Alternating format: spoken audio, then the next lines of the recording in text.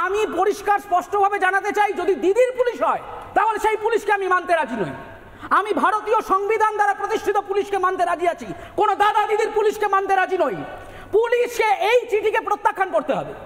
এই চিঠিকে প্রত্যাখ্যান করে প্রেসের সামনে এসে অনুব্রত মণ্ডলকে ক্ষমা চাইতে হবে যে এই পুলিশ কোনো দাদা দিদির পুলিশ নয়। রাজীব কুমার চাকরি করছেন কোনো দাদা দিদির বদান্যতায় নয়। রাজীব কুমার চাকরি করছেন ইউপিএসসি পাস করে এসে। রাজীব কুমার চাকরি করছেন এই পশ্চিমবঙ্গের 10 কোটি মানুষের সুরক্ষা দেওয়ার দায়িত্ব রাজীব কুমারের। কোনো দাদা দিদির বদান্যতায় তিনি চাকরি করছেন না, নিজের যোগ্যতায় চাকরি করছেন। প্রত্যেকটা আইপিএস আজকে একত্রিত হন। আপনি নিজের স্কিলের ভিত্তিতে চাকরিটা পেয়েছেন। যদি আপনি ওই অযোগ্য শিক্ষার্থীদের মতো টাকা দিয়ে চাকরি না পেয়ে থাকেন, তাহলে কালকে চিঠি দিয়ে বলুন যে চাকরিটা ছাড়ছেন আপনারা। কজনকে ট্রান্সফার করবে? সবাইকে সুন্দরবনে ট্রান্সফার করবে? সবাইকে বাঘ দেখতে যাবে? কজনকে ট্রান্সফার করবে? কজনকে বয়কট করবে? কজনকে ডিমোশন করবে? আজকে পুলিশ ডিপার্টমেন্টের এবং সরকারি কর্মচারীদের ইউনাইটেড হওয়ার আশু প্রয়োজন হয়ে পড়েছে। এই পুলিশ ডিপার্টমেন্টের বোঝা উচিত যে আজকে কেবলমাত্র প্রমোশনের লোভে, কেবলমাত্র পোস্টিংয়ের লোভে, আমি কোন থানায় পাবো, কোন জেলায় পাবো, কোন শহরে পাবো, কলকাতায় পাবো না গ্রামে পাবো, এই লোভগুলো দেখাতে দেখাতে আজকে এমন জায়গায় চলে গেছে যে একজন ইন্সপেক্টর ইনচার্জ রাজীব কুমারের মতো একজন one of the most efficient cop, তার স্ত্রীকে কিংবা তার মাকে ধরে এই ধরনের কথাবার্তা বলার সাহস পাচ্ছে একজন তিহার জেল খাটা আসামি। এই পর্যায়ে চলে গেছে আজকে পুলিশ ব্যবস্থা। তো মাছ বিক্রেতা, এবং সেই জায়গা থেকে দাঁড়িয়ে আজকে আমি একদম স্পষ্ট আমার কনক্লুডিং রিমার্ক, এই চিঠি প্রত্যাখ্যান করতে হবে। অনুব্রত মণ্ডলকে স্বীকার করতে হবে যে দিদির পুলিশ বলে বাংলায় কিছু হয় না। পশ্চিমবঙ্গ পুলিশ কোনো দাদা দিদির পিছে বসায় নয়। পশ্চিমবঙ্গ পুলিশ পশ্চিমবঙ্গের মানুষের পুলিশ, ঠিক 11 কোটি মানুষের পুলিশ। এই চিঠিকে ফেলে দিতে হবে। এবং অরিত্র রয়েছে, অরিত্র কি বলবে? দেখুন, প্রথম কথা হচ্ছে যে বাংলা নিজের মেয়েকে চায়, বিরাট বড় ক্যাম্পেন, কিন্তু বাংলা সেই মেয়েদের মধ্যে এই আইসি সাহেবের বাড়ির স্ত্রী, সন্তান কিংবা মাকে ধরে কিনা আমরা জানি না। প্রথম কথাটা হচ্ছে, আজকে একটা সুখবর দেই আপনাদের, যে আজকে দুপুরবেলা সুপ্রিম কোর্টে একটা অভূতপূর্ব ঘটনা ঘটেছে, যে হাইকোর্ট, কলকাতা হাইকোর্টের একটা অর্ডারে পোস্টপল ভায়োলেন্সের দুজনের যে জামিন হয়ে গেছিলো, বেল হয়ে গেছিলো, সেই বেল অর্ডারটা ক্যান্সেল করে তাদের আবার ঘাট ধাক্কা দিয়ে জেলে ঢোকানোর অর্ডার দিয়েছে সুপ্রিম কোর্ট। আমি মাননীয় শীর্ষ আদালতের নজরে আনতে চাইব যে এই অনুব্রত মণ্ডলের বেল অর্ডারটা ক্যান্সেল করতে হবে। এই একই প্রিসিডেন্সে অনুব্রত মণ্ডলের বেল অর্ডারটা ক্যান্সেল করে তাকে তিহার ট্যুরিজমে আবার পাঠাতে হবে। অত্যন্ত গুরুত্বপূর্ণ হয়ে দাঁড়িয়েছে। এই রকম একটি মানুষ, আমি আপনাকে একটা, ওনার যে চিঠিটা প্রকাশিত হয়েছে, উনি যে ক্ষমা প্রকাশনা করেছেন, সেই ক্ষমা প্রকাশনা উনি লিখছেন, এই পয়েন্টটা খুব গুরুত্বপূর্ণ। বলছে যে দুঃখিত ইত্যাদি, দিদির পুলিশের কাছে একবার কেন 100 বার ক্ষমা চাইতে পারি। দিদির পুলিশ মানেটা কি? লালবাজারটা কি কারোর পৈতৃক সম্পত্তি নাকি? ভারতের সংবিধানটা কি কোনো দাদা দিদি পিসে মশাই জ্যাঠা কাকা মামা মামির সম্পত্তি নাকি? এইটা ভারতবর্ষের সংবিধান। এই পশ্চিমবঙ্গটা 10 কোটি 11 কোটি বাঙালির পশ্চিমবঙ্গ। দিদির পুলিশ মানে, যখন সংবিধান মেনে একজন পুলিশ চাকরি করতে আসেন, তিনি কি দিদির কাছে ওথটা নেন নাকি? শপথটা কি দিদির কাছে, দাদার কাছে, পিসেমশার কাছে নেন নাকি? নেনটা ভারতবর্ষের সংবিধানের কাছে, বিধি ধারা স্থাপিত সংবিধানের কাছে শপথ গ্রহণ করে একজন পুলিশ চাকরি করেন, সে হোমগার্ড হোক আর আইপিএস হোক। তাহলে এখানে দিদির পুলিশ মানেটা কি? এবং আপনি গতকালের ফোন কলটা, যে বিভৎস ফোন কল, মানে খুবই দুঃখজনক ব্যাপার, আমাকে শুনতে হয়েছে সেই কল।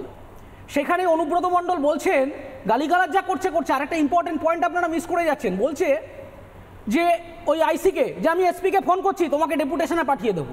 না, এসপি শুধু না, আবার এক জায়গায় বলছে রাজীব কুমার, এই রাজীব কুমার, আমি অনুব্রত বলছি, মানে রাজীব কুমার অব্দি অ্যাক্সেস আছে। তার মানে বিষয়টা দাঁড়াচ্ছে কি, যে পুলিশ প্রশাসনের রিক্রুটমেন্ট ফল্টি, পুলিশ প্রশাসনের কে কোথায় পোস্টেড হবে, কার কোথায় প্রমোশন হবে, ডিমোশন হবে, এই প্রসেসটা ফল্টি।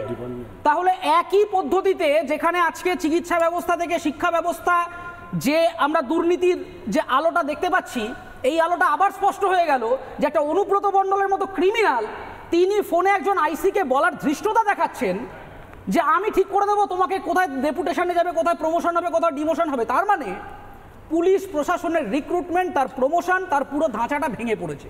দ্বিতীয় কথা, আজকে রাজীব কুমারের নামে এই ধরনের কথা বলছেন। রাজীব কুমার আইপিএস ডিজি ছেড়ে দিন, একজন আইসিকে ফোন করে এই কথা বলার পর লাস্টে আবার লিখছে যে গালমন্দর ফুটেজ কে পেল, বিজেপির চক্রান্ত নেই তো?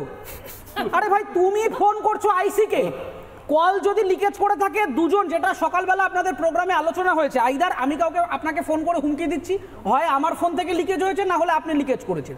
যদি আইসি সাহেব কলটা রেকর্ড করে থাকেন এবং যদি লিকেজ করে থাকেন, আমি তাকে সেলাম জানাই, তিনি বেশ করেছেন। এই রেকর্ড করে তিনি বেশ করেছেন। এই রকম একজন অভিযুক্ত আসামিকে তারপরে তিনি এরকম একটা চিঠি প্রকাশ করছেন, বলছেন দিদির পুলিশ, আর দিদির পুলিশরা সব চুপ করে বসে রয়েছেন ওখানে শুধুমাত্র প্রমোশনের জন্য।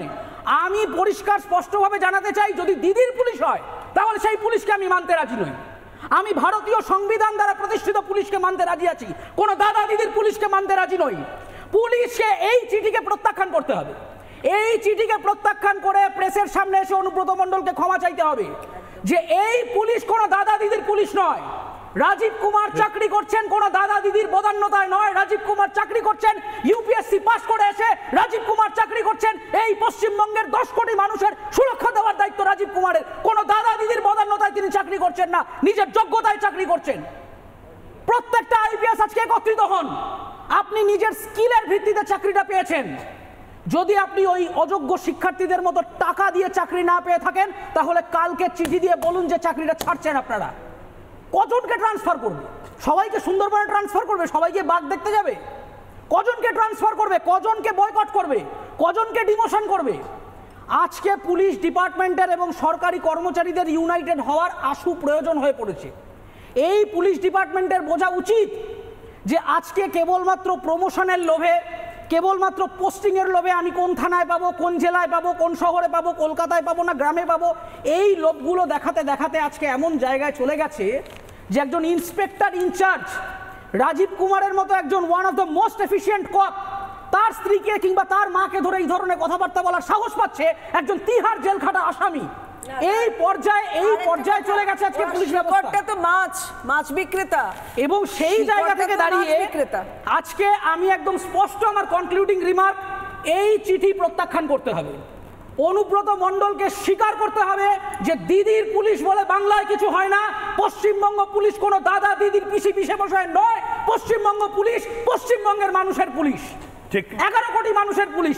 এই চিঠিকে ফেলে দিতে হবে এবং এই চিঠিকে অস্বীকার করতে হবে এবং 24 ঘন্টার মধ্যে এই ব্যক্তিকে গ্রেফতার করে তিহার ট্যুরিজমে পাঠাতে হবে। 24 ঘন্টা কেন? মানে এখন অবধি গ্রেফতার করেনি কেন? অরিত্র, তুমি ঠান্ডা মাথায় বলো তো। আমি জানি যে তোমাকে বিভিন্ন সময় থ্রেট দেওয়া হয়েছে, তুমি সত্যি কথা বলো বলে। পুলিশের ভূমিকা আজকে যদি অরিত্র এ ভাষায় মাথা গরম করেও তোমার মাকে নিয়ে, তোমার পরিবারকে নিয়ে যে ভাষায় কথা বলেছে কিছু ব্যক্তি, তারা যখন তোমার বিরুদ্ধে কথা বলছে, পুলিশ তো 5 মিনিটের মধ্যে চাইলে অনেক কিছু করতে পারে। পুলিশ এগুলো করেনি অনুব্রত মণ্ডলের ক্ষেত্রে। এবং আমি তো আবারও বলবো, দেবাশিস ধর এই মুহূর্তে প্রাক্তন আইপিএস আমাদের সঙ্গে উপস্থিত রয়েছেন। নানা ধরনের কন্টেন্ট দেখার জন্য লাইক করুন, শেয়ার করুন আমাদের ফেসবুক পেজ, সাবস্ক্রাইব করুন আমাদের ইউটিউব চ্যানেল। পাশাপাশি অন্যান্য ব্রেকিং নিউজের জন্য অবশ্যই চোখ রাখুন রিপাবলিক বাংলায়।